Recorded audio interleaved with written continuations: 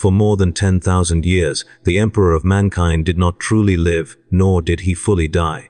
He existed in a state that defied every law of nature, suspended between flesh and divinity, bound to the golden throne by technologies so ancient that even the greatest minds of the Imperium no longer understood them. To the uncounted billions of humanity, he was an eternal god, an undying protector whose gaze watched from a million shrines. To a very small few on Terra, he was a failing system, a psychic engine straining against collapse, and a truth too terrifying to speak aloud. The Golden Throne was never silent. Even at its most stable, it groaned and whispered with the sound of machines older than recorded history. Psychic energies flowed through it like blood through arteries, feeding the Astronomicon and holding shut the impossible wounds in reality beneath the Imperial palace. Every second, 1,000 Psykers screamed their last breaths as they were consumed to sustain the Emperor's presence. Every second, the Imperium paid the price for another heartbeat. Until the heartbeat stopped, it did not happen with thunder or fire. There was no great explosion, no apocalyptic fanfare to announce the end of the master of mankind. Instead, the first sign was absence, a pause, a fraction of a second where the psychic pressure that saturated Terra simply vanished. Astropaths across the Sol system clutched their heads in sudden, blinding pain as a presence they had felt their entire lives disappeared. Some died instantly. Others survived only long enough to scream that the light was gone. Deep within the Imperial palace, alarms that had never sounded before began to howl. Cogitators spat out error, runes in languages forgotten since the dark age of technology. Adeptus Mechanicus priests fell to their knees in terror, chanting prayers that had not been spoken in millennia. The Golden Throne systems began to shut down one by one, not violently, but with the quiet finality of a machine that had reached the end of its design. The custodes felt it before anyone else. They always did. For 10,000 years, they had stood watch, genetically crafted to exist closer to the Emperor than any other beings in the galaxy. They did not worship him as a god. They knew him, or at least, they knew the shadow of what he had been. When the Emperor's psychic presence vanished, the custodes staggered as if struck. Some dropped to one knee. Others stood frozen, their minds refusing to accept what their souls already understood. The Emperor of mankind was gone. Within the throne room, the blinding psychic radiance that had once made it impossible for mortals to look upon the Emperor faded. What remained was a withered corpse, motionless, its final link to the warp severed. The Emperor did not breathe, he did not pulse with energy, he did not burn. He was dead. At that exact moment, far beyond Terra, the Astronomicon went dark. For most of humanity, the Astronomicon was an abstract concept, a holy miracle spoken of in sermons and carved into cathedral walls. For the Imperium's fleets, it was everything. It was the only reason warp travel was possible at all, a psychic lighthouse blazing across the immaterium, allowing navigators to steer their ships through madness without being lost forever. When it vanished, the warp noticed. Across the galaxy, void ships in transit suddenly found themselves blind. Navigators screamed as their third eyes burned with agony, seeing nothing but churning chaos where the Emperor's light had once been. Some ships slammed into warp currents and were torn apart instantly. Others drifted helplessly, their crews doomed to starvation or worse. A few emerged in real space light, years from their intended destinations, already corrupted by whispers that had slipped past their weakened Jella fields. Entire crusade fleets vanished in seconds. On countless worlds, astropaths collapsed as the psychic echo of the Astronomicon's extinction rippled outward. Messages already in transit unraveled into meaningless static. Communications between sectors ceased. Governors who had ruled their planets for generations suddenly found themselves alone, cut off from Terra and from any hope of reinforcement. The Imperium did not fall all at once. It began to suffocate. On holy Terra itself, panic was immediate and absolute. The High Lords of Terra were summoned to emergency convocation, but even as they gathered, the truth fractured them. Some refused to believe the Emperor was truly dead, insisting this was another fluctuation, another crisis that could be endured. Others knew better. They had seen the data.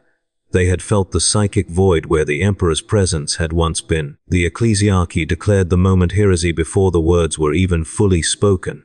To them, the Emperor could not die. The very idea threatened the foundation of Imperial faith. Riots erupted in the lower hives as contradictory proclamations spread. Some claiming the Emperor had ascended fully to godhood, others insisting the end times had come. The sky above Terra began to change. Without the Emperor's will holding reality steady, the warp pressed closer. Strange auroras bled through the atmosphere. Lightning that followed no natural pattern cracked across the heavens. In the deepest vaults beneath the palace, ancient seals began to weaken. Their purpose forgotten but their necessity absolute. The Emperor had not merely been a ruler. He had been a lock, and that lock had broken. Within hours, the Adeptus Astronomica confirmed what everyone feared, but no one dared say aloud the Astronomicon was not flickering. It was not dimmed, it was extinguished. Across the galaxy, humanity's enemies felt the shift like predators scenting blood. Chaos cults rose overnight, empowered by the sudden surge of warp energy. Daemons pressed harder against the veil of reality, their incursions becoming more frequent, more violent. Even ancient Xenos races, long cautious of the Emperor's psychic shadow, began to move. The Emperor's death was not just the loss of a leader, it was the removal of the single greatest stabilizing force the galaxy had ever known, and somewhere deep within the warp, something ancient and vast stirred, drawn by the sudden absence of a presence that had opposed it since the dawn of human history. This was only the beginning. Somewhere in the deepest strata of the Imperial Palace, far below the marble halls and golden spires, mechanisms that had not moved in millennia finally began to fail. These were not systems recorded in any archive, nor understood by any living tech priest. They were relics of an age when humanity had bent reality to its will, when science had bordered on sorcery and surpassed it. The Emperor had designed many of them himself, threading his own psychic presence through their function. Without him, they were nothing more than dead machines pretending to be eternal. Seals cracked.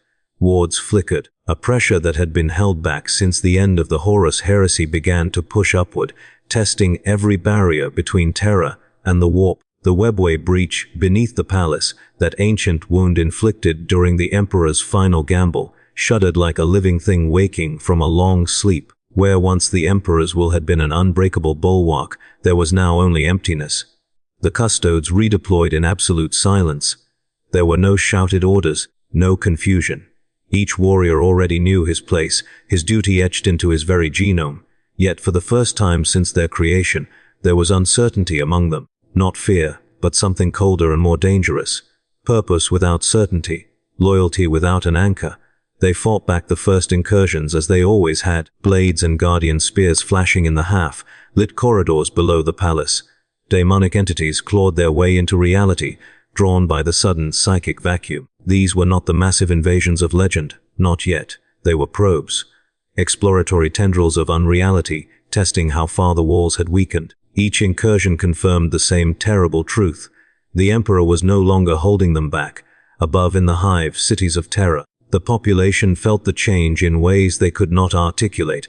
Pilgrims who had spent their lives praying felt their words fall into nothingness. The sense of being watched, judged, protected, something humanity had grown accustomed to without ever realizing it, was gone. Some wept without knowing why. Others raged, turning on priests, officials, even family members. Faith twisted into desperation, and desperation into violence. Astropaths who survived the initial psychic backlash described the same nightmare. They spoke of screaming darkness, of a presence that had been ripped away so suddenly it left a wound in the soul. Many tore out their own eyes. Some begged for execution. A few, broken but alive, whispered a single phrase over and over again. He is not there. Across the wider Imperium, the consequences multiplied with horrifying speed. Isolated systems became prey. Without the Astronomicon, warp routes grew unstable, predictable currents dissolving into madness. Even short jumps became lethal gambles. Governors faced impossible choices: risk warp travel and lose everything, or stay isolated and wait for starvation, rebellion, or invasion. On Shrine Worlds, the Ecclesiarchy doubled down on dogma. If the Emperor had fallen silent, then humanity had failed him. More sacrifices were demanded, more blood, more obedience. Entire populations were driven into religious frenzy, convinced that only absolute devotion could restore the Emperor's light. Where that failed, blame followed. Mutants, psykers, unbelievers, anyone convenient enough to burn. Yet among the Inquisition, something far more dangerous took root. Radical factions saw opportunity. If the Emperor was truly dead, then the Imperium's oldest taboos no longer held absolute authority. Forbidden technologies, suppressed knowledge, even controlled use of the warp itself were debated in secret conclaves. Some argued that humanity must adapt or perish. Others believed the Emperor's death proved that reliance on a single god figure had been the Imperium's greatest flaw. These debates did not remain theoretical for long. Assassinations began. Black ships vanished. Entire inquisitorial cells turned on one another, each convinced the others were traitors to a dead throne. And through it all, the warp grew louder. Where once the Emperor's psychic presence had been a constant pressure, a storm wall holding back the worst of unreality, now the Chaos Gods pressed forward without restraint. Their laughter did not echo in sound, but in events. Coincidences became catastrophes. Small conflicts escalated into wars overnight. Hope failed at the exact moment it was most needed. On distant Forge worlds, the Adeptus Mechanicus detected anomalies that defied logic. Machines malfunctioned in patterns too deliberate to be random. Ancient STCs produced corrupted designs. Data spirits screamed blasphemies before burning out. Some Magi whispered a heretical thought they dared not record, that the Emperor's presence had not only guided humanity, but restrained something within technology itself. The galaxy was not simply breaking. It was reverting, back toward something older, darker, and still no message came from Terra. Days passed, then weeks, then months, though time itself began to lose meaning in regions where warp bleed grew severe. For many worlds, the Emperor's death was not a confirmed fact, but a creeping suspicion. A feeling that the universe had shifted slightly out of alignment, that reality no longer behaved the way it used to. Those closest to Terra knew better. They watched the skies grow stranger. They felt the palace tremble as ancient structures strained under pressures never meant to exist without the Emperor's guiding will. They understood that what had been lost was not merely a psychic beacon or a ruler, but the single mind capable of holding together a galaxy. Spanning lie, the lie that humanity was still in control. Somewhere deep in the warp, beyond mortal perception, vast intelligences took notice. The absence left by the Emperor's soul was not empty. It was a wound, and like all wounds in the Imperium, it attracted attention. Ancient powers shifted, measuring, calculating, savoring. The long war had entered a new phase, not because the Emperor had fallen in battle, but because at last he was no longer standing in the way. The first undeniable proof reached the wider Imperium not through official channels, but through absence. No decree followed the catastrophe. No holy proclamation echoed outward from Terra. The endless flow of orders, corrections, condemnations, and demands that had poured from the Imperial Palace for 10 millennia simply stopped. Administratum adepts waited for messages that never arrived. Segmentum command centers stared at empty data feeds, convincing themselves this was merely another delay, another disruption that would soon correct itself. It never did. On Terra, the truth settled like a slow poison. The High Lords continued to meet, but their authority felt hollow even to themselves. Each knew that every word they spoke carried weight only because the Emperor's shadow once stood behind them. Now that shadow was gone. They ruled by momentum alone, like a corpse still twitching after death. Some proposed secrecy. If the wider Imperium learned the Emperor was dead, morale would collapse instantly. Faith would curdle into despair. Better, they argued, to maintain the illusion. Declare that the Emperor had withdrawn deeper into holy contemplation. Claim that the Astronomican's failure was temporary, a trial sent to test humanity's devotion. Others rejected this outright. Lies had brought the Imperium to this point, they argued. Lies and stagnation.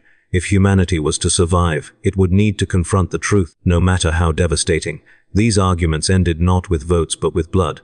Assassins struck in sealed chambers. Vox casters were sabotaged. Entire wings of the palace were locked down as rival factions attempted to seize control of the narrative. The Imperium's greatest secret became its most deadly weapon, and Terra itself began to resemble a besieged city rather than the heart of a galaxy, spanning empire. Beyond Sol, the effects became impossible to hide. Warp storms flared along old trade routes, severing supply lines that had fed hive worlds for centuries. Food shipments failed to arrive. Ammunition stockpiles dwindled. On planets that had never known self-sufficiency, starvation followed with brutal speed. When riots broke out, planetary defense forces responded with overwhelming violence, desperate to maintain order without hope of reinforcement. In many places, it wasn't enough. Rebellions flared not because of ideology, but because survival demanded it. Local warlords rose, promising stability in exchange for loyalty. Some invoked the Emperor's name. Others claimed he had abandoned humanity. A few dared to say what many secretly felt, that perhaps the Emperor had never been a god at all, only a man whose time had finally ended. Those voices were usually silenced quickly, but not always. Chaos cults thrived in the confusion. Where the Emperor's presence had once pressed down on the warp like an iron weight, now whispers slipped through effortlessly. They promised food, protection, power. They promised answers. On worlds cut off from Terra, abandoned by fleets that would never arrive, those promises found eager listeners. Daemonic manifestations increased in frequency, though rarely in open conquest. Chaos was patient. It no longer needed to rush. The galaxy was unraveling on its own. Even the Astartes felt the shift. Space Marines had always stood apart from baseline humanity, their loyalty forged not through faith, but through genetic legacy and unbreakable oaths. Yet many chapters found themselves unmoored. Some reported a strange emptiness where once they had felt the Emperor's distant presence, not as a voice, but as a certainty. Others felt nothing at all, and that frightened them more. Without the Astronomicon, coordination between chapters collapsed. Ancient alliances faded. Old grudges resurfaced. A few chapters withdrew entirely, fortifying their home worlds and refusing all contact. Others took it upon themselves to become local empires, enforcing their own versions of imperial law where Terra's reach could no longer extend. None of them knew what the Emperor would have wanted, because there was no one left to ask. On Terra, deep within the Sanctum Imperialis, the Golden Throne remained sealed. The Emperor's body was left untouched, not out of hope, but out of terror.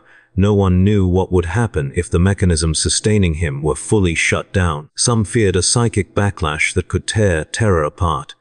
Others believed disturbing the throne might open the webway breach completely, unleashing horrors that even the custodes could not contain. So the corpse god remained where he was, surrounded by silence. The custodes continued their vigil, though it had changed in nature. Once, they had guarded the Emperor so that he might one day rise again.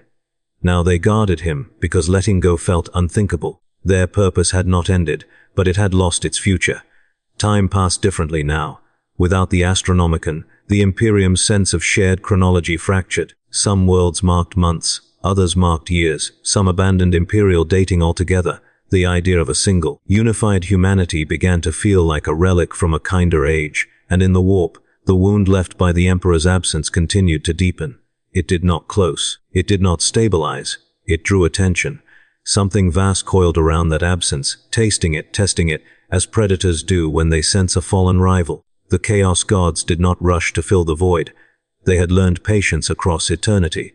The galaxy was already breaking along the lines they desired. All that remained was to watch it finish. Humanity had survived countless disasters before. Xeno's invasions, civil wars, heresies that had nearly destroyed it, but never before had it faced a galaxy without the Emperor's silent pressure holding reality in place. For the first time since the Great Crusade, mankind stood truly alone, and the darkness noticed. The Imperium did not collapse in a single moment. It fragmented, slowly and unevenly, like a colossal structure whose internal supports had rotted long before anyone noticed.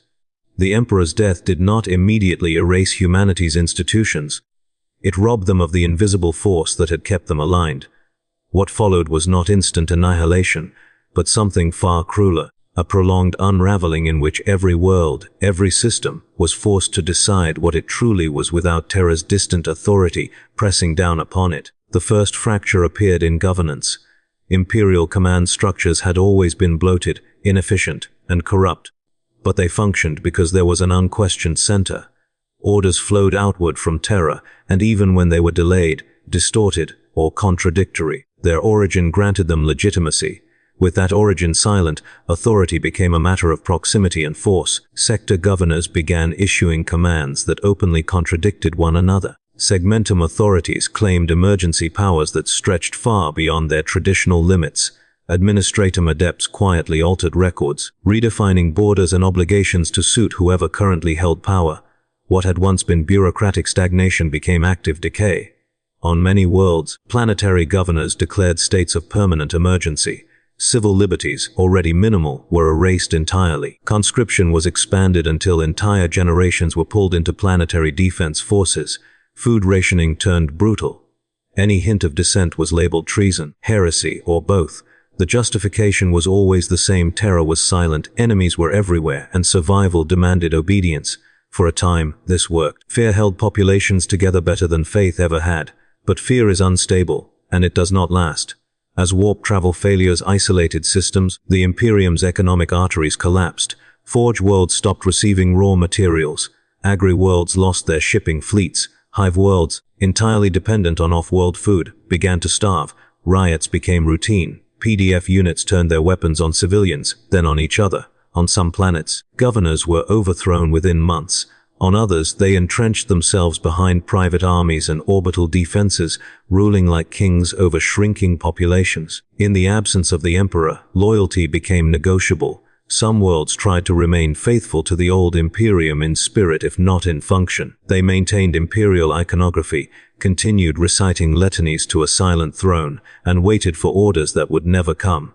These worlds suffered the most. Their restraint became weakness. Their patience became vulnerability. Pirates, renegade fleets, and opportunistic Xenos struck them first, knowing they would hesitate, hoping help would arrive. It never did. Elsewhere, new powers rose quickly. Systems banded together under strong military leaders, forming regional coalitions that bore little resemblance to Imperial structure.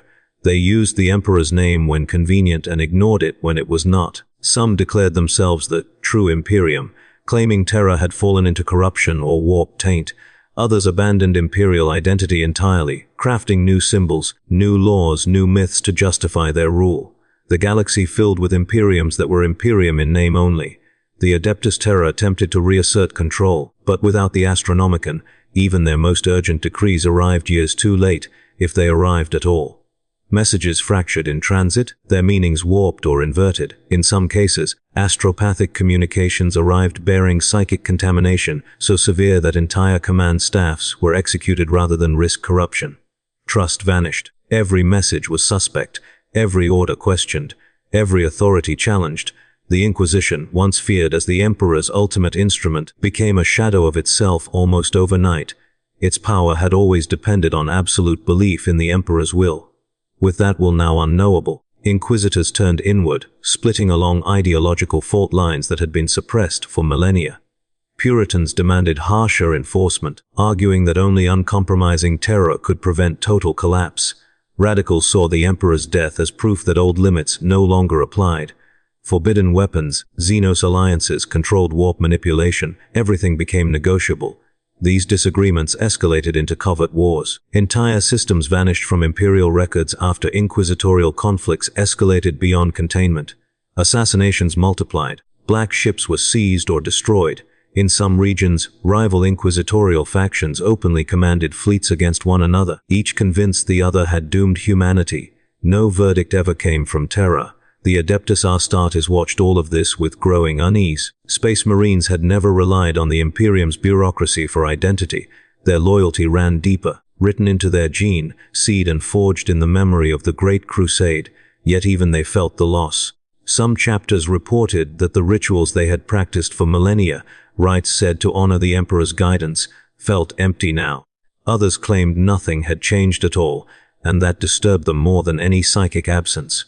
Without clear direction, chapters interpreted their oaths differently. Some resolved to act as guardians of humanity in the broadest sense, intervening wherever they could, regardless of Imperial command. Others withdrew, fortifying their domains and focusing solely on survival. A few became dangerously independent, enforcing their own versions of justice with no oversight and no restraint. Old rivalries reignited. Ancient grudges resurfaced. Cooperation became rare. The idea of a united Adeptus Astartes died quietly, without ceremony. Faith, once the Imperium's greatest weapon, became its greatest liability. The Ecclesiarchy faced an impossible dilemma. If the Emperor was dead, their entire doctrine collapsed. If he had ascended, then why had he abandoned humanity? Different answers emerged, and with them, schisms. Some preachers declared the Emperor's silence a test, demanding greater sacrifice. Others proclaimed a coming rebirth, urging followers to endure until salvation arrived. On many worlds, these interpretations clashed violently. Religious wars erupted between sects that worshipped the same god in incompatible ways. Cathedrals burned, shrines were defiled, priests were executed by rival priests, each screaming accusations of heresy as they died. The Emperor's name became a weapon, And in the background of all of it, chaos waited. Not with overwhelming force, but with precision. Where authority fractured, chaos whispered. Where faith faltered, it offered certainty. Where hunger spread, it promised abundance. Entire populations fell not because they desired damnation, but because damnation came with structure when the Imperium no longer could. By the time Terra fully understood the scale of the collapse, it was far too late to stop it. The Imperium had not fallen apart because the Emperor died. It fell apart because, without him, humanity was forced to confront what it had become. And what it found was not unity, not strength, but a vast empire held together only by fear of the dark. Now the dark was everywhere. Chaos did not announce its triumph with grand invasions or galaxy-shattering declarations. It had learned across uncounted ages that humanity destroyed itself far more efficiently than any daemon legion ever could. With the Imperium fractured, the warp no longer needed to force its way into reality. It seeped through the cracks that desperation had opened, settling into worlds already collapsing under their own weight. On planets where Imperial authority had grown weak but not yet broken, cult activity shifted from secrecy to confidence. Symbols once hidden beneath floor panels appeared openly on hab walls. Rituals that had been conducted in whispers moved into abandoned manufactorums and forgotten transit tunnels. When Arbit's forces attempted crackdowns, they found themselves outnumbered by civilians who no longer feared Imperial law.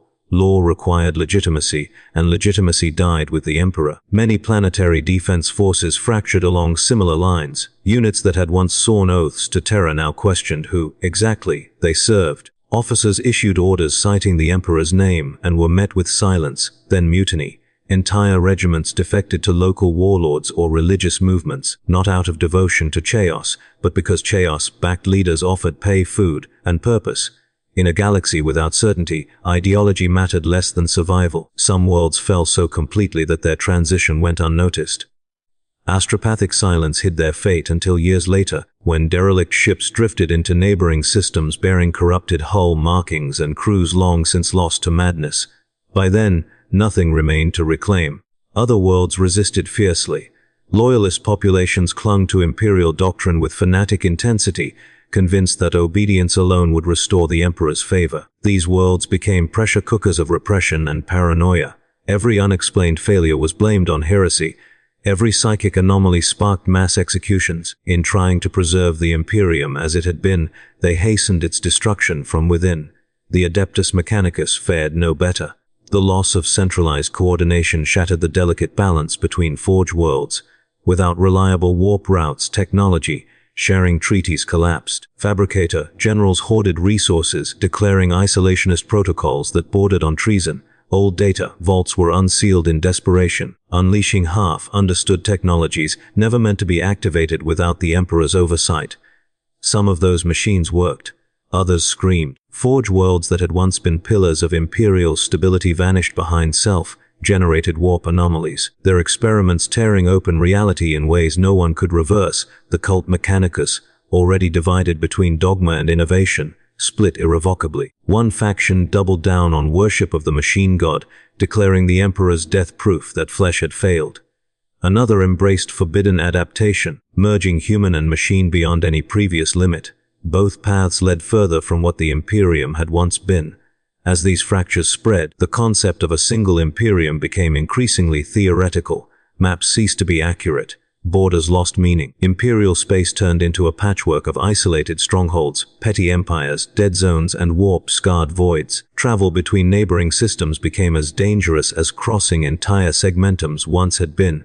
In this chaos, rumors gained power. Stories spread of worlds where the Emperor had returned in radiant form, where the Astronomicon burned brighter than ever. Other tales spoke of Terra consumed by warp fire, the Imperial palace torn open, the Golden Throne shattered. None could be verified. Each rumor spawned pilgrimages, crusades, or panicked evacuations that ended in disaster more often than salvation. Hope became just another weapon. Among the Space Marines, ideological divergence hardened into permanent division. Chapters that once fought side by side now regarded each other with suspicion. Without Terra to arbitrate disputes, disagreements escalated into skirmishes, then wars. Some chapters declared themselves the last true servants of the Emperor and branded all others traitors. Others rejected the title of Imperium entirely, claiming allegiance only to humanity's survival. A few went further. They concluded that the Imperium itself had been the Emperor's greatest failure. These chapters abandoned imperial heraldry, rewrote their doctrines, and began shaping their own domains according to brutal, utilitarian logic. To them, mercy was weakness, faith a liability. They protected humanity not as citizens but as resources. Worlds under their control survived, but at a cost that made imperial tyranny seem gentle by comparison. The Inquisition took notice, but its reach was limited. Every attempt to intervene risked sparking another internal war.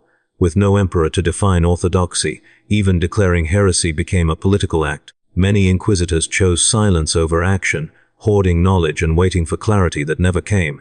Time wore on, and the absence at the Imperium's center became a permanent condition rather than a crisis. New generations grew up never knowing the Astronomican's light, never hearing a clear astropathic transmission, never believing Terra was more than a myth.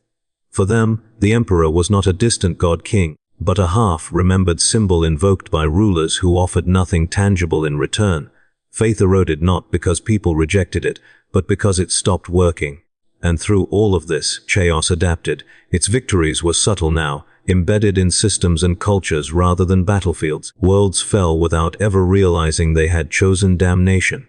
By the time daemons walked openly in their streets, resistance was impossible. The Imperium's greatest strength had always been scale. Its greatest weakness, it turned out, was dependence. An empire built around a single will could not survive the loss of that will intact. Every institution that had relied on the Emperor's authority now struggled to justify its own existence. By the time Terra finally accepted that control would never be restored, the galaxy had already moved on. The Imperium still existed, in name and in memory, but it was no longer a single empire, no longer a unified force standing against the darkness. It was a scattering of survivors clinging to ruins, each convinced they alone carried the Emperor's true legacy. And the darkness welcomed them all. The warp did not simply react to the Emperor's death. It responded as a living thing responds when a long-standing restraint is removed, slowly at first, then with accelerating hunger.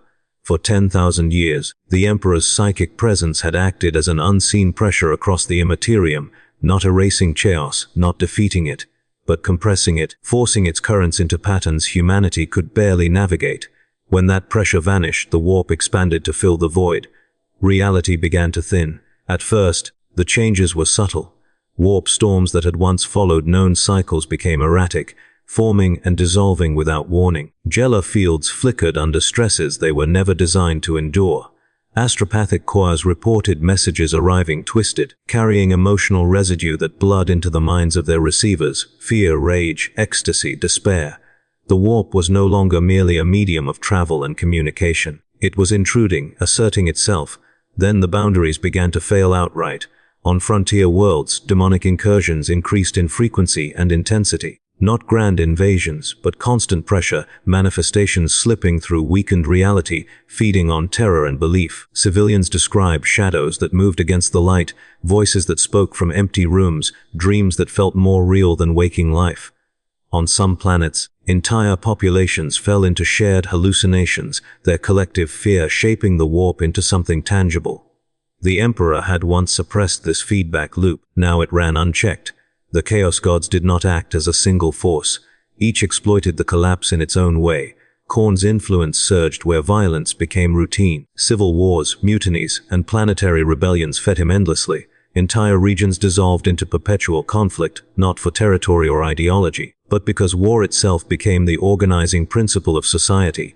Generations grew up knowing nothing else, their cultures reshaped around bloodshed and honor stripped of mercy. Nurgle's touch followed decay, starving hive worlds, plague-ridden refugee planets, and systems cut off from medical supplies became his gardens. Diseases evolved faster than Imperial Medica could understand, mutating with warp taint until cures failed outright. Despair became as lethal as infection. On worlds where hope died, rot flourished, not merely of flesh, but of spirit. Many populations welcomed the relief Nurgle offered, mistaking surrender for peace. Tanch thrived in the confusion. With Imperial authority shattered, information became fragmented, contradictory, and weaponized. Plots layered upon plots, none fully visible even to their architects. Revolutions replaced tyrannies only to become tyrannies themselves. Leaders rose on promises of order and fell to betrayals they never saw coming. Knowledge, once hoarded by imperial institutions, scattered chaotically, empowering some and destroying others. The future became impossible to predict, which pleased Tsiench immensely. Slaanesh whispered wherever desperation sought escape. On worlds crushed by fear and monotony, indulgence spread like wildfire. Pleasure cults promised sensation in a universe gone numb. Excess became rebellion against suffering. Entire societies collapsed inward, consuming themselves in pursuit of meaning through experience, no matter how destructive. By the time daemonic manifestations appeared openly, resistance had long since evaporated. These were not coordinated campaigns. They did not need to be. The warp itself was changing. With the Emperor gone, the Imperium grew more responsive to thought and emotion. Reality bent more easily under belief. Faith, fear, hatred, hope all left deeper impressions than before. Humanity had always shaped the warp unconsciously. Now that influence intensified, magnified by panic and instability. In effect, the galaxy began to dream while awake. Some psykers experienced sudden, catastrophic surges in power. Untrained minds ignited, tearing open warp breaches that consumed entire cities. Others burned out instantly, their deaths triggering psychic shockwaves that crippled nearby populations. The black ships, already stretched thin, could no longer contain the growing number of emergent psykers.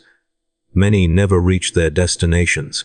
Some were deliberately destroyed rather than risk corruption. On Terra, the situation worsened by the day. Without the Emperors were reinforcing the ancient wards beneath the palace, the webway breach expanded in fits and starts. Custodes and Mechanicus kill. Teams fought endless holding actions in labyrinthine corridors soaked with unreality. Time fractured in those depths. Warriors entered engagements and returned hours before they had left, or not at all. Casualties mounted, irreplaceable losses slowly bleeding the Imperium's last true defenders. The warp pressed closer to Holy Terra than at any time since the Horus heresy. And still, no divine intervention came. Across the galaxy, navigators began reporting something far more disturbing than darkness. In places where the Astronomicon had vanished completely, they sensed shapes, vast, slow, moving presences drifting through the warp currents, unbound by previous limitations. These were not daemons in any conventional sense, nor were they gods as humanity understood them. They were accumulations of belief, trauma, and psychic residue coalescing into proto-entities birthed by the Emperor's absence. The warp was reorganizing itself. Some scholars, those few left alive and free to think, began to suspect that the Emperor's death had not merely removed a barrier, but destabilized a balance older than the Imperium itself. For millennia, the Emperor had acted as a singular, dominant psychic mass within the warp, a fixed point around which lesser forces oriented themselves. Without him, the Imperium no longer had a center.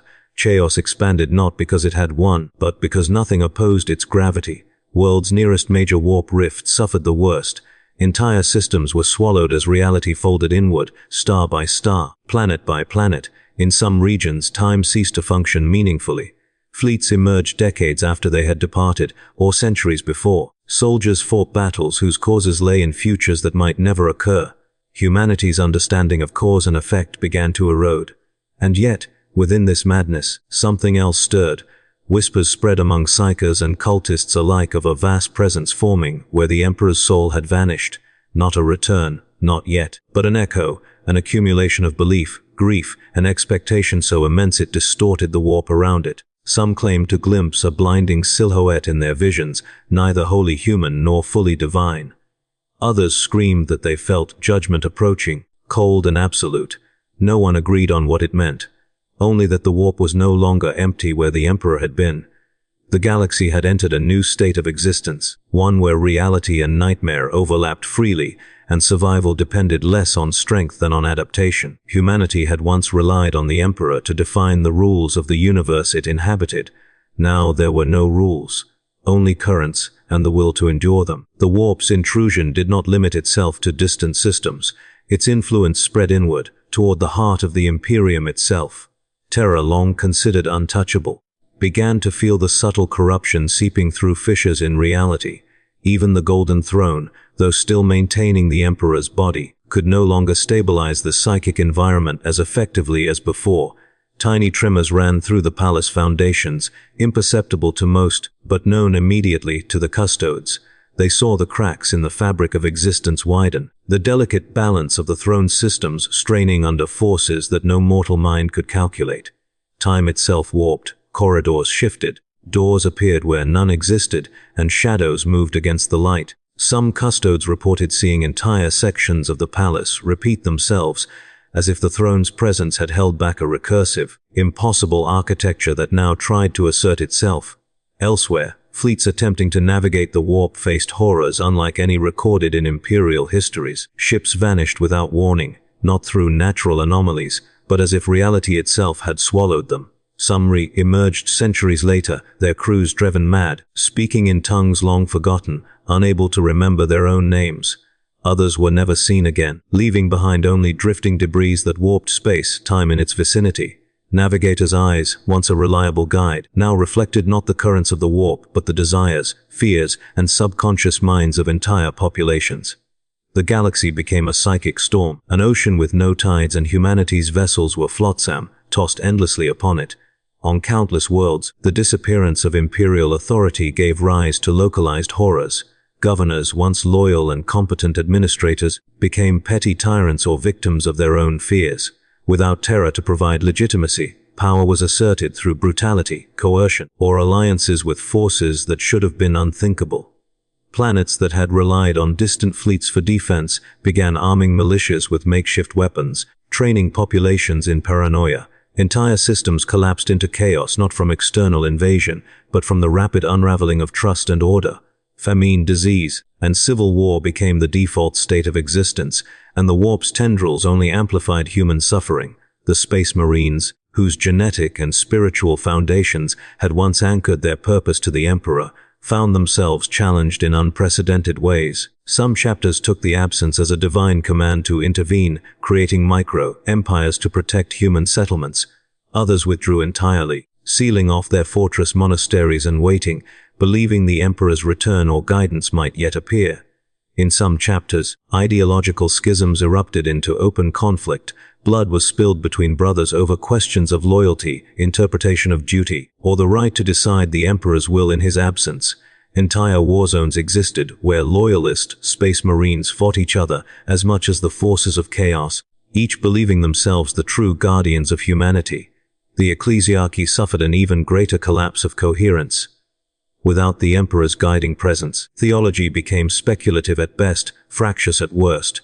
Preachers argued endlessly over doctrine, some declaring that the Emperor had transcended mortality, others insisting he had abandoned humanity in its moment of need.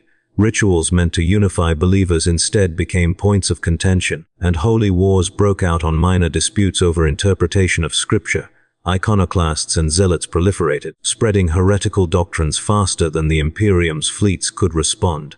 In the midst of this, cults of chaos and new heretical movements gained footholds with alarming ease, often presenting themselves as salvational alternatives to the now silent Emperor. The warp did not act with immediate violence, it acted with patience.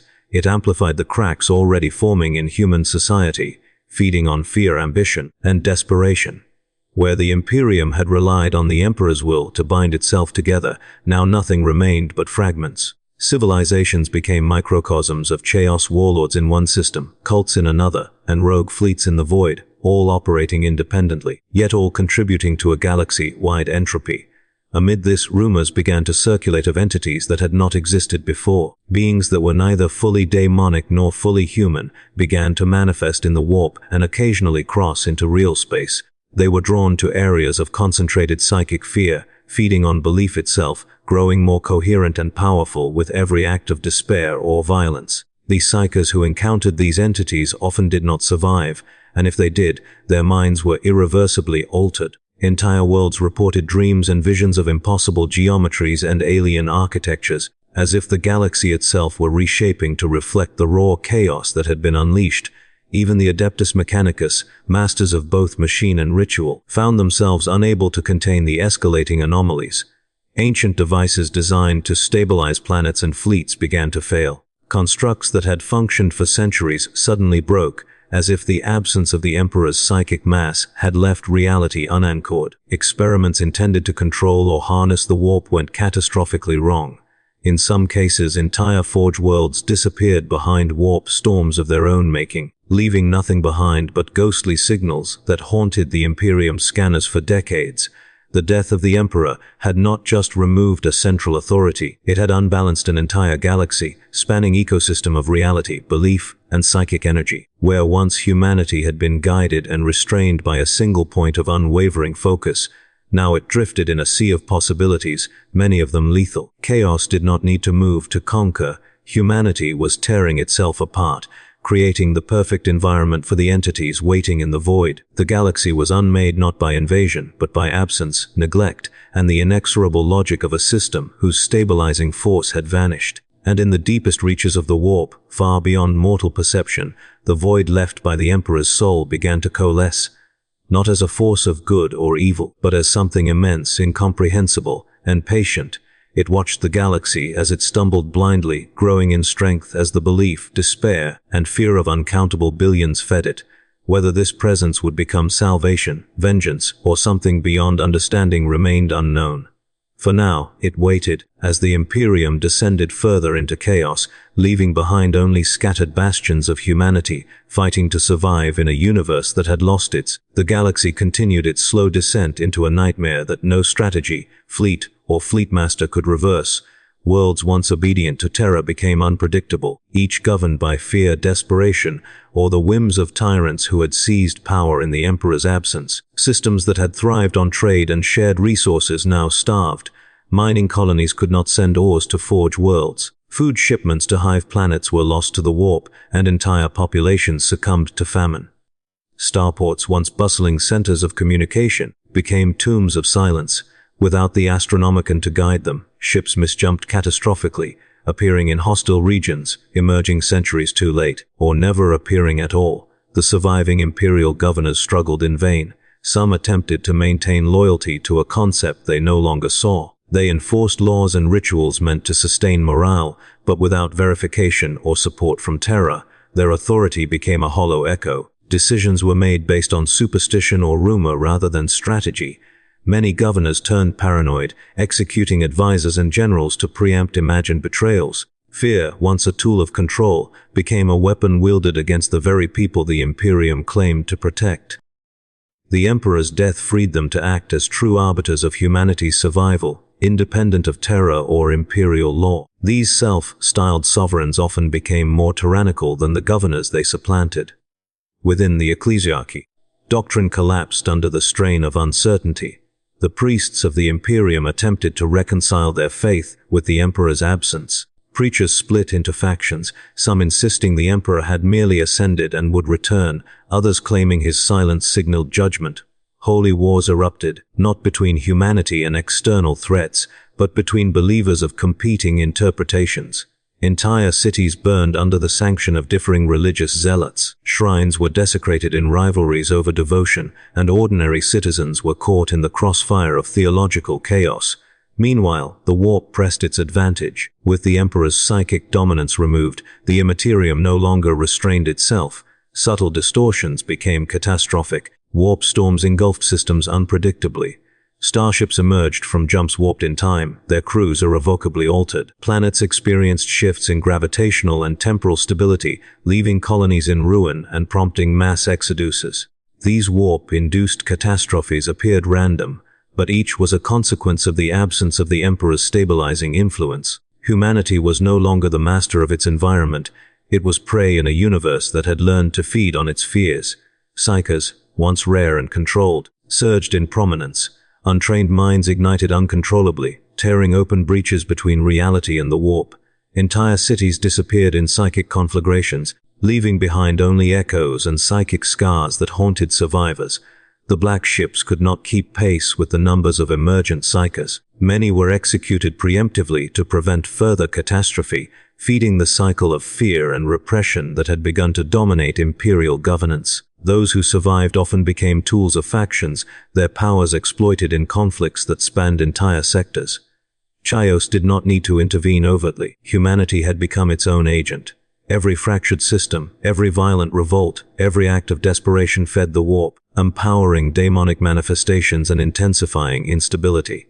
Inhabitants of the Imperium began to witness horrors that were once impossible. Cities suspended in temporal loops, landscapes folded into impossible geometries, spectral entities appearing and vanishing in the blink of an eye. The galaxy itself seemed to dream, alive with the collective psychic resonance of billions of terrified, desperate souls.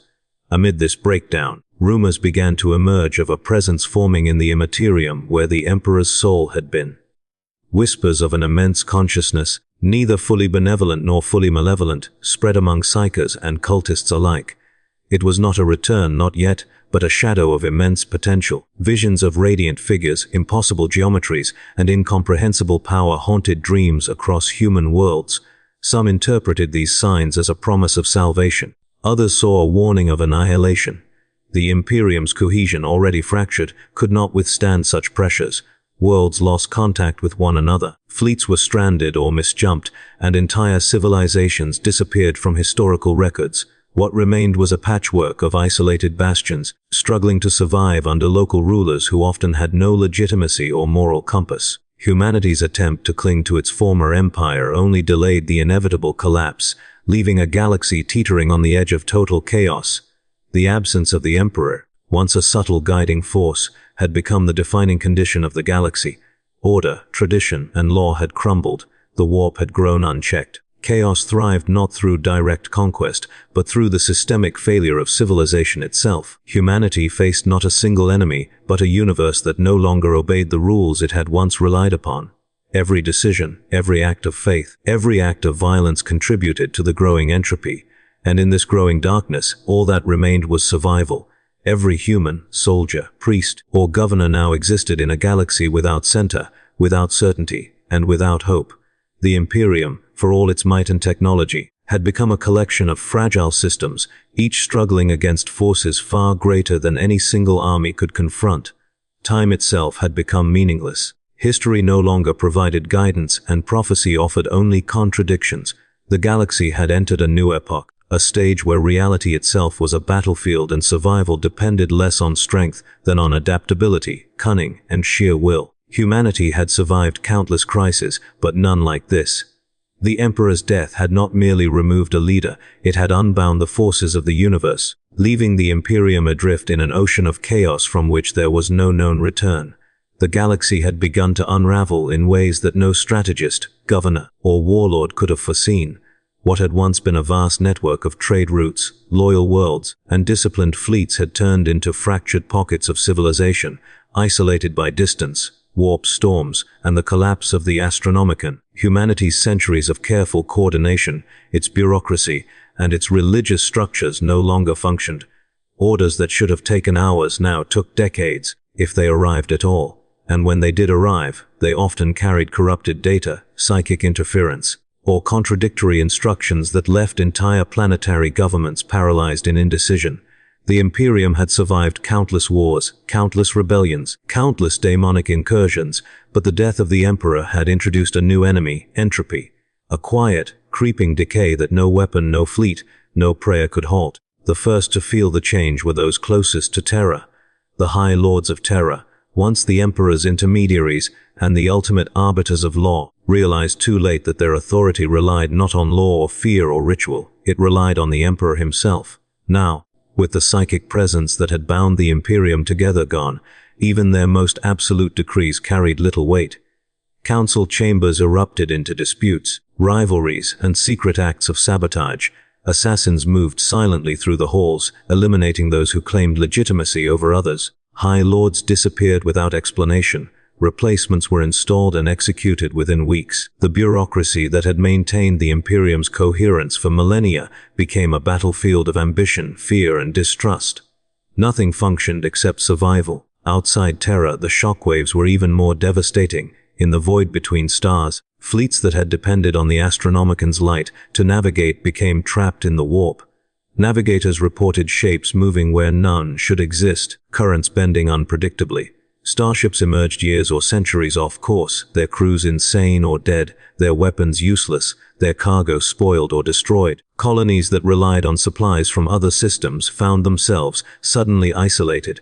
Hunger and disease spread faster than fleets could respond, and rebellion became a survival mechanism rather than a political statement. Where loyalty had once been absolute, pragmatism and desperation replaced it. On these isolated worlds, rulers acted as gods. Planetary governors and warlords declared themselves supreme authority, wielding fleets, armies, and psykers to enforce obedience. Their decrees were law, their judgments unchallengeable, but fragile. Fear replaced faith, coercion replaced ritual. Populations submitted not out of devotion to the emperor's name, which had lost all meaning, but because the alternative, anarchy, starvation, and warp, twisted horrors, was immediate and lethal. Across the galaxy, these rulers grew bold, cutting off their neighbors, claiming systems beyond their jurisdiction, and often warring against those who should have been allies. The Imperium, once a monolithic force, was reduced to a patchwork of micro-empires, petty kingdoms, and rogue fleets, each clinging to survival. The Ecclesiarchy, once the unifying spiritual authority of humanity, fractured violently. The Emperor had been the central point of faith. Now, without him, theology became a battleground. Some preachers insisted he had ascended to a higher plane and would return, demanding sacrifices and pilgrimages to prepare for his return. Others claimed he had abandoned humanity, and survival required defiance of all previous dogma. Entire cities became zones of religious civil war. Shrines and cathedrals burned as competing sects attempted to prove which interpretation of the emperor's will was correct. Ordinary citizens were forced to choose sides or perish. Faith no longer guided humanity, it divided it. Space Marines, the Adeptus Astartes, were not immune to these fractures. Chapters that had once acted in concert now interpreted the Emperor's absence differently. Some deployed to protect human worlds, acting as judge, jury, and executioner in their absence. Others withdrew entirely, sealing fortress, monasteries, and focusing only on survival. A few chapters concluded that the Imperium itself was a failed experiment and began to act autonomously, governing planets with cold logic, enforcing their version of order at the cost of thousands of lives. Conflicts broke out not just with chaos, but among the Marines themselves. Brothers killed brothers over interpretations of duty, loyalty, and the proper path in a galaxy without guidance. The Emperor's death had created a vacuum that corrupted even the most disciplined warriors. The warp, now unrestrained, became a constant presence in the galaxy. Minor anomalies became deadly. Warp storms erupted unpredictably, swallowing fleets and entire planets. Psykers, untrained or desperate, ignited, opening psychic breaches that destroyed cities and annihilated populations. Daemons began to appear not in grand invasions, but in subtle ways, whispering, corrupting, twisting the minds of mortals already broken by fear and isolation. The warp amplified human weakness, and humanity fed it willingly, unknowingly. Violence, despair, and superstition became fuel, empowering daemonic entities without a single ritual. Humanity had become both the predator and prey of the Imperium. The Adeptus Mechanicus, masters of technology and ritual, faced an existential crisis. Forge worlds that had once supplied the Imperium with weapons and machines now descended into isolation and paranoia. Fabricator generals hoarded materials, activated forbidden STCs, and conducted experiments that had been suppressed for millennia. Some machines worked as intended, producing weapons and fleets to stabilize regions. Others failed catastrophically, creating warp rifts, temporal anomalies, and psychic disturbances that destroyed entire worlds. The cult Mechanicus itself split into radical factions. Some insisted flesh was weak and the machine god supreme, while others embraced hybridization, merging human and machine beyond previous boundaries. Both approaches deepened the galaxy's instability. Across the void, rumors of the Emperor's return or of the throne's destruction spread. Some worlds claimed that Terra had been consumed by fire. Others whispered that the Golden Throne still burned with divine power. These rumors were rarely verifiable, but they drove entire crusades, pilgrimages, and mass migrations. Pilgrims hoping to witness a miracle often fell victim to the very chaos they sought to escape. Crusading fleets, unable to coordinate due to navigational failures, collided in space, destroying themselves in accidental engagements. Hope, like everything else, had become dangerous. The warp also produced new entities, born from the psychic imprint of billions of mortals. These were not traditional daemons. They were shapes of thought and fear made manifest. growing stronger in areas of concentrated despair. Untrained psykers often perceived them as visions or hallucinations, but when contact occurred, reality itself seemed to bend. Entire cities folded in on themselves, landscapes became non-Euclidean, and survivors reported phenomena that no imperial record could account for. Humanity was now confronted with the consequences of its collective psychic presence, unmoderated by the Emperor's control. Even loyalist space marines found themselves stretched beyond reason. Chapters that once traveled to enforce Imperial will now fought to preserve local populations, often as much against one another as against Chaos or Xenos forces. Every act of loyalty carried unintended consequences. Decisions made to protect humanity often sowed rebellion in other systems, as populations resented being protected by alien-like super soldiers who enforced martial law. The Emperor's death had created a galaxy where there was no right action, only survival, compromise, and endless moral ambiguity. Chaos, patient and calculating, exploited this more than outright conquest.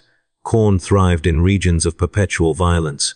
Nurgle used disease and despair to create fertile ground for worshippers. Tzeentch manipulated factions through lies, false hope, and betrayal, and Slaanesh drew entire worlds into hedonistic cults that consumed themselves from the inside. These were not sudden invasions, they were subtle campaigns of corruption, using humanity's own weaknesses against itself. By the time the Imperium recognized the threat, it was entrenched beyond removal. Psykers became increasingly powerful but unstable. With the Emperor's psychic influence removed, even minor psychic talents could disrupt entire systems. Unchecked, they inadvertently tore reality apart, creating rifts that swallowed entire cities or even planets. The Black Ships, once a tool to control and train psykers, could not cope with the surge. Many psykers were executed preemptively, but the deaths themselves fed the warp, spreading psychic contamination even further. Even Terra itself was no longer safe. The Golden Throne remained, but it was a fragile vessel maintaining the Emperor's body in a state of near death. Custodes patrolled its depths endlessly, but the palace itself had begun to warp under the strain. Corridors repeated themselves, shadows moved independently, and minor daemonic incursions had become constant. Time itself became unstable in the palace's lower levels, with warriors sometimes returning from patrols before they had left, or disappearing altogether. Even the throne's psychic presence could no longer dominate the warp, leaving Terra exposed to incursions from both chaos and reality itself. By now, entire generations had grown up never seeing the Astronomican's light. Knowledge of Terra, the Emperor, and the Imperium's former unity faded into myth. Some worlds claimed the Imperium no longer existed, others clung desperately to the idea, rebuilding what they could with whatever scraps remained. Humanity was no longer a coordinated civilization. It was a galaxy of survivors, each system operating independently, each population shaped by local rulers, threats, and warp influence. Civilization persisted, but it was fragile, fractured, and constantly under threat. And through it all, a new presence began to stir in the warp, not yet manifest but palpable. The absence of the Emperor's psychic weight had created a void, and from that void a being of incomprehensible scale and patience began to form. It was neither benevolent nor malevolent, not yet a god but something approaching awareness. Psykers who glimpsed it in dreams spoke of impossible geometry, radiant forms, and judgment that felt absolute. Others reported terror so profound it left them catatonic. The galaxy, already fractured, sensed this presence, and humanity's collective fear fed it like kindling to a fire. The Imperium survived, but only barely. Worlds endured famine, war, corruption, and warp incursions. Fleets struggled to coordinate. Civilizations decayed from within. Chaos thrived quietly in every crevice, feeding on despair rather than conquering through force. And the Emperor's absence loomed over all, a constant reminder that without him, no law, no faith, no order could truly hold. Humanity had survived millennia, but now it was unmoored, adrift, and fractured beyond recognition. The Imperium had not fallen in a single moment. It had eroded, slowly, painfully, through the choices of mortals, the pressures of the warp, and the exploitation of chaos. And at the center of it all, the silent Emperor waited, or perhaps only the void waited, watching billions of lives unravel, shaping the future with patience that spanned the Imperium itself. The galaxy had entered a new age, not of war, not of conquest, but of survival. And in that survival, everything that humanity had once believed true, sacred, or eternal became uncertain. Every world, every fleet, every soul existed on a knife's edge, balanced between persistence and oblivion. Watched by powers no mortal could comprehend, the Imperium endured, but it had changed forever, and what came next would determine whether humanity survived or was consumed entirely. The galaxy trembled in a silence that was not peace. It was anticipation, a void pregnant with consequence. For millennia, the Emperor had been the anchor, the fulcrum around which all of humanity's fate had balanced. His death had already fractured the Imperium, scattered its fleets, and unleashed the warp in ways previously unimaginable. But the final consequences, the culmination of all that had been set in motion, were only now beginning to manifest. Across countless systems, the remnants of civilization clung desperately to fragments of order. Fleets patrolled borders that no longer existed, militia enforced laws written on memory rather than authority, and priests invoked names whose meanings had been lost to generations. Every world, every human, every battle had become a reflection of the vacuum the Emperor had left behind. Chaos did not need to invade, it moved in the shadows of human ambition, despair, and fear. It had grown subtle, sophisticated, almost patient, shaping the galaxy without ever touching it directly. On worlds closest to Terra, the pressure of the Imperium grew unbearable. Warp anomalies twisted reality in ways that even the Adeptus Mechanicus could not anticipate. Entire cities vanished, their populations lost to folds of time or devoured by psychic phenomena that left no trace. Miners reported tunnels that led to impossible spaces, industrial complexes that seemed alive, and machines that whispered secrets in voices that drove crews to madness. Even the most disciplined tech, priests confessed to fears they could not articulate, for the Emperor's presence had once given them certainty, and now certainty itself had become a lie. The custodes maintained their eternal vigil, but the palace itself resisted containment. Corridors repeated endlessly, rooms appeared and disappeared without explanation, and minor demonic incursions became routine. Kill. Teams patrolled as though the palace itself were alive, and some whispered that it was, that Terra had become a reflection of the galaxy, unmoored, alive and aware. Time fractured in subtle ways. Warriors who left a chamber sometimes returned hours, days, or centuries before they had departed, carrying knowledge and injuries that could not logically exist. The Golden Throne remained, but it was no longer a bastion. It was a fulcrum teetering on the edge of collapse. In the void, the fleets of humanity floundered. Navigators struggled to perceive the Astronomicon, for its light was no longer a beacon but a flicker, unstable and unreliable. Ships emerged from jumps years or centuries from their intended coordinates. Crews were lost to madness, disease, or sudden temporal displacement. Fleets that had once coordinated entire crusades now became isolated, their own supply chains failing. Entire regions of space descended into lawlessness, ruled not by strategy but by whoever wielded force or fear effectively in the moment. Space Marines, the Emperor's sons, became actors in this fractured drama. Chapters that had once coordinated to maintain humanity's survival now diverged in purpose.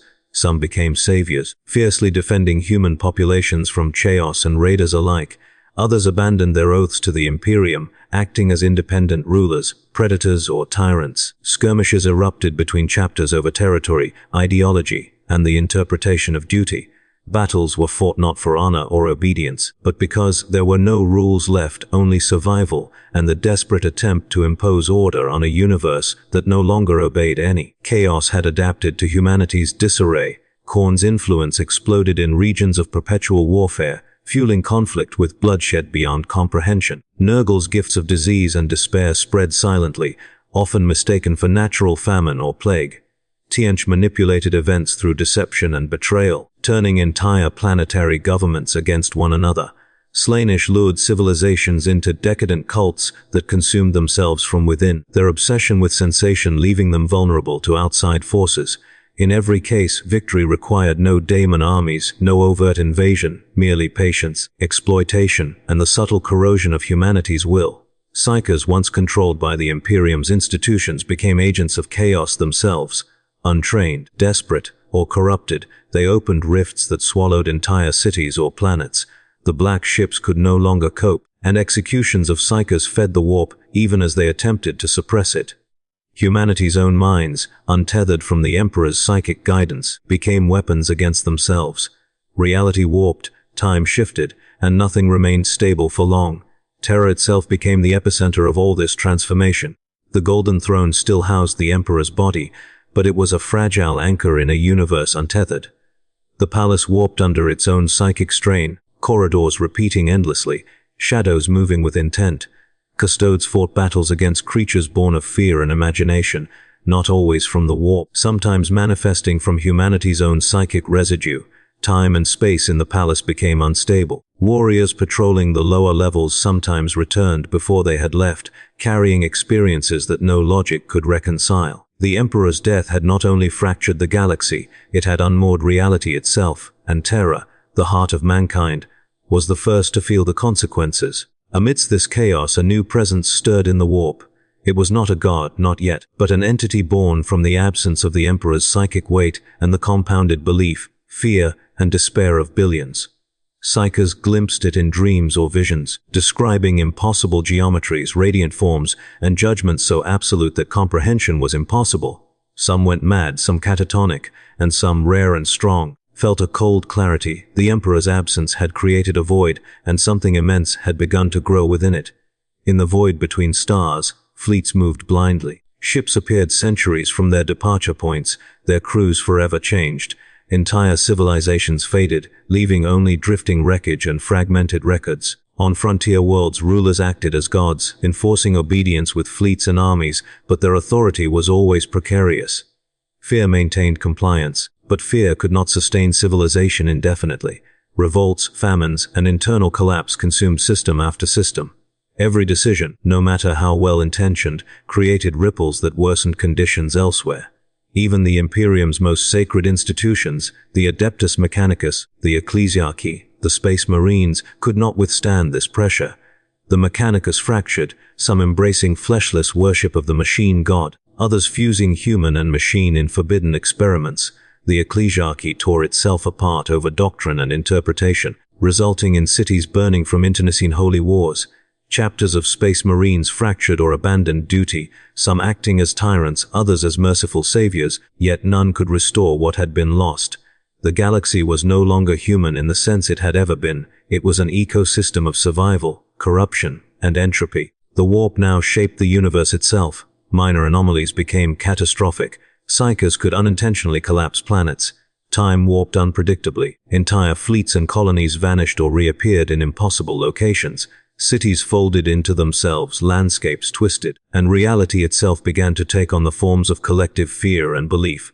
Humanity was no longer the master of its environment. It was prey, trapped in a universe shaped by forces beyond comprehension. Chaos, patient and calculating, exploited this. Unlike previous wars, it did not need to fight directly. It operated through human weakness, manipulating fear, ambition, despair, and desire to extend its dominion. Every act of violence, betrayal, or desperation fed the warp, strengthened demonic manifestations, and spread corruption to worlds that had never seen a daemon before. Humanity had become its own executioner, accelerating the collapse that chaos needed only to cultivate. And still, through all this, a few sparks of resistance endured. Scattered loyalist forces, isolated space marine detachments, planetary militias, and stubborn governors fought to protect what they could. They fought not out of faith in the Emperor, whose presence was now a distant memory, but out of instinct, survival, and stubbornness. They acted heroically, tragically, and often in vain. Entire generations of humans had never known the Imperium as it had been, only as it was unraveling. Yet still, their courage lit brief candles in an unending darkness. The Emperor's absence had not just removed a leader, it had unbound the very structure of the universe as humanity had known it. Time itself fractured, space twisted, and reality bent to the collective fear and desire of mortals. The Imperium existed only in fragments, struggling against forces it had never anticipated. Yet in every isolated bastion, every scattered fleet, and every surviving city, the will to endure persisted, fragile but unbroken. In the deepest currents of the warp, the new presence grew. Neither god nor mortal, it had formed from absence and expectation, from despair and hope alike. It was vast, patient, and incomprehensible, observing humanity's struggles as it shaped the future. The galaxy teetered on the edge of annihilation or transformation, and the outcome remained undecided. The Emperor's death had unmade the galaxy as it was, but in that void, something new was stirring, something that might one day define the fate of all mankind. Humanity endured, not as a unified empire, but as scattered survivors in a universe without certainty. The Imperium had not fallen, but it had changed forever. The light of the Astronomicon, the authority of Terra, the discipline of the Space Marines, all were shadows of what they had been. Chaos thrived not through conquest, but through subtle corruption.